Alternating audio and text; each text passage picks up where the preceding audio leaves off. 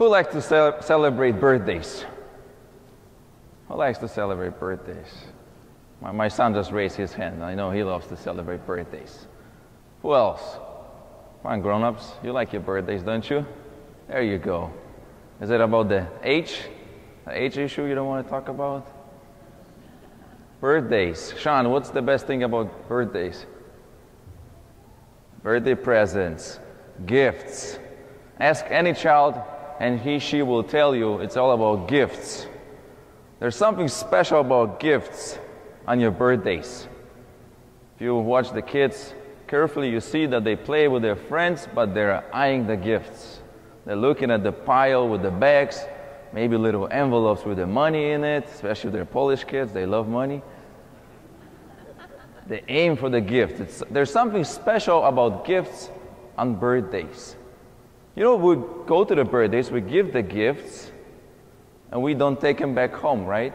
We leave them there.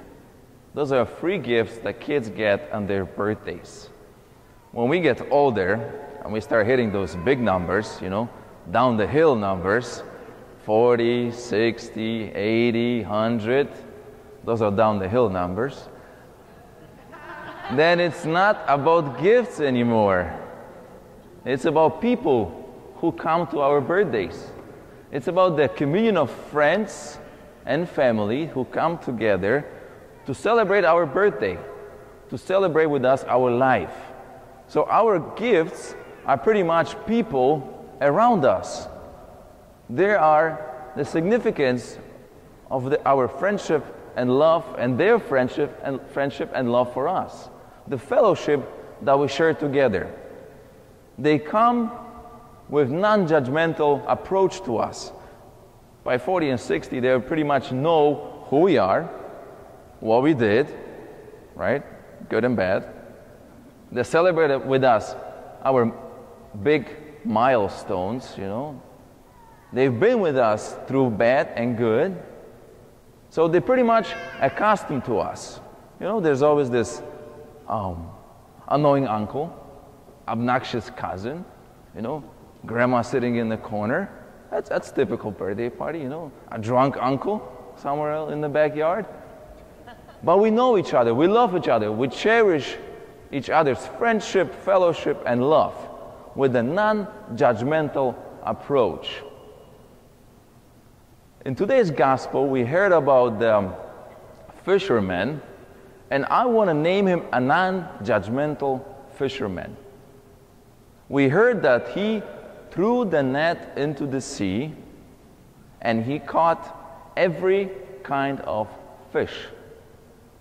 He wasn't very selective. He threw the net, caught the fish, and now it's his job to pull it to the shore. It is his hard job to pull it to the shore. We all know the story of the old man and the sea. The Old Man and the Sea by Ernest Hemingway. The old man, he caught a big fish, he had to pull it to the shore. He had to cut his hand, he had to be tired, he was sweaty, he got burned by the sun, he was hungry.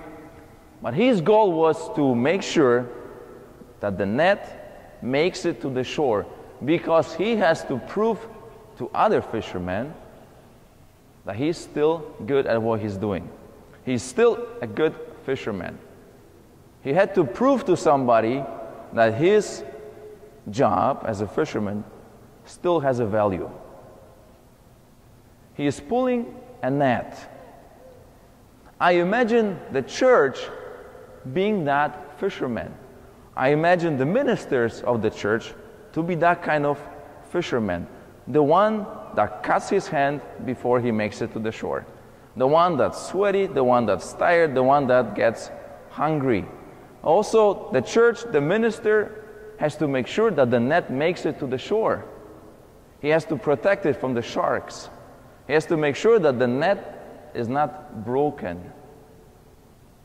Well, more, he has to make sure that all the fish of all kind makes it to the shore. Big fish, little fish, a little snail maybe, a water plant, all that he caught has to make it to the shore. because he doesn't know what's in it, but he has to make sure he makes it to the shore. His non-judgmental approach to the net. When I'm thinking about the church, the non-judgmental approach to the people. We're all the fish in the net, and it's up to the church and up to the minister to make sure we are fine, to make sure that we stay in this net and make it to the shore. The good pastor or the good bishop or the good church doesn't select people right there at the sea. He doesn't do it there. He says, you know, you're not a good fish, you're not going to make it. No, he takes all the fish, he takes care of all the fish and pulls it to the shore no matter what. No matter what. A good minister and a good church leader pulls people to the Eucharist, to the table. And you know, Debbie, I'm aiming at you. What happened a few weeks ago, one of our parishioners got denied of communion. The good minister doesn't deny communion to the fish of the church. He pretty much cannot do that. And I'll tell you why. It's like that story about the gentleman who found the pearl in the field. He found it, he hid it again, he went, he sold everything that he had, he came back, bought a field, and then he had a joy of having a gift, the joy that he could share with others. Pearl in itself is worth nothing. I mean, just you have it, that's it. You sold everything, you bought a pearl. The joy is in sharing the pearl with others, showing others the value of the pearl. The one who comes to the field, sees the pearl, and steals it without buying it is a thief. Claiming the Eucharist only for the certain type of fish is stealing. Those who claim that's reserved for only certain people are thieves. You cannot deny something that somebody else already paid the price for. Jesus died so we can all get it. He didn't die just for the chosen ones.